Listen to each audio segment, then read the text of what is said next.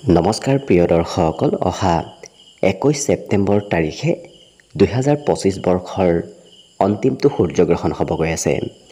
গতিকে এই সূৰ্যগ্ৰহণ কেতিয়াৰ পৰা কেতিয়ালৈকে থাকিব, ভাৰতত এই সূৰ্যগ্ৰহণ যদিও দৃশ্যমান নহয়, তথাপি ইয়াৰ প্ৰভাৱ ৰাশিসমূহৰ ওপৰত পৰিবনে নাই সেই বিষয়ে আজিৰ ভিডিঅ'ত আপোনালোকে জানিব পাৰিব।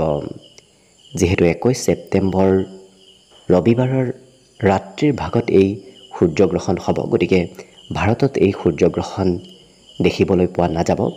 পাশ্চাত্যৰ কিছুমান দেশত এই সূৰ্যগ্ৰহণ দেখা পোৱা যাব। অৱশ্যে আংশিক সূৰ্যগ্ৰহণ হোৱাৰ বাবে এই সূৰ্যগ্ৰহণৰ প্ৰভাৱ সিমান ৰাশিসমূহৰ ওপৰতো বৰ বিশেষ নাথাকে। কিন্তু যিহেতু ভাৰতত এই সূৰ্যগ্ৰহণ দেখা পোৱা নাযাব, দৃশ্যমান নহয়, ৰাত্ৰিৰ ভাগত হ'ব, গতিকে সূতক কালৰ কোনো প্ৰয়োজনীয়তা আহি নপৰে। কাৰণ সূতক কাল চলি থাকিলে মন্দিৰত প্ৰৱেশ কৰা, পূজা পাতল কৰা, বিশেষকৈ খোৱা লোৱা কৰা, এইবোৰৰ পৰা অকণমান দূৰত থাকিব লাগে। গতিকে যিহেতু ভাৰতত এই সূৰ্যগ্ৰহণ দেখা পোৱা নাযায়, গতিকে সূতক কালৰ কোনো ধৰণৰ নীতি নিয়ম পালন কৰাৰ সিমান প্ৰয়োজন নাই। অৱশ্যে ৰাশিসমূহৰ ওপৰত এই প্ৰভাৱ যথেষ্টখিনি থাকিব, কাৰণ উত্তৰ ফাল্গুনী নক্ষত্ৰত এই সূৰ্যগ্ৰহণ হ'ব গৈ আছে। সূৰ্যগ্ৰহণ যিহেতু বুধ গ্ৰহৰ ৰাশি অৰ্থাৎ কন্যা ৰাশিত সূৰ্যগ্ৰহণ হ'ব গৈ আছে, গতিকে এই গ্ৰহণ এক গুৰুত্বপূৰ্ণ গ্ৰহণ। কাৰণ শনিৰ পূৰ্ণ দৃষ্টিত এই গ্ৰহণ থাকিব। গতিকে 15 দিন মানলৈকে ৰাশিসমূহৰ ওপৰত অকণমান প্ৰভাৱসমূহ চলি থাকিব। যিহেতু 21 ছেপ্টেম্বৰ ৰবিবাৰে ৰাত্ৰি প্ৰায় 11 বজাত সূৰ্যগ্ৰহণ আৰম্ভ হ'ব।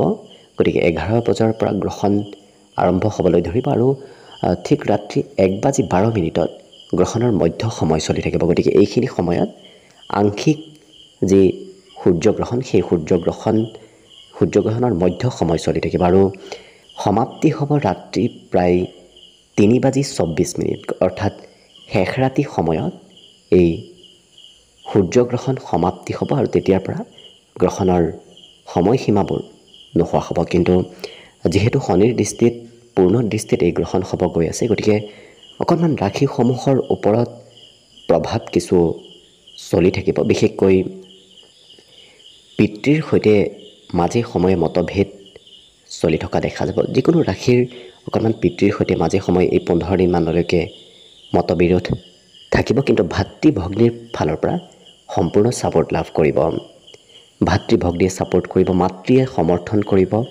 মাতৃৰ ফালৰ পৰাও এইকেইটা দিনত ৰাশিসমূহে এক বিশেষ ছাপোৰ্ট লাভ কৰিব, কিন্তু পিতৃয়ে মাজে সময়ে অকণমান হয়তো সমৰ্থন নকৰিব পাৰে।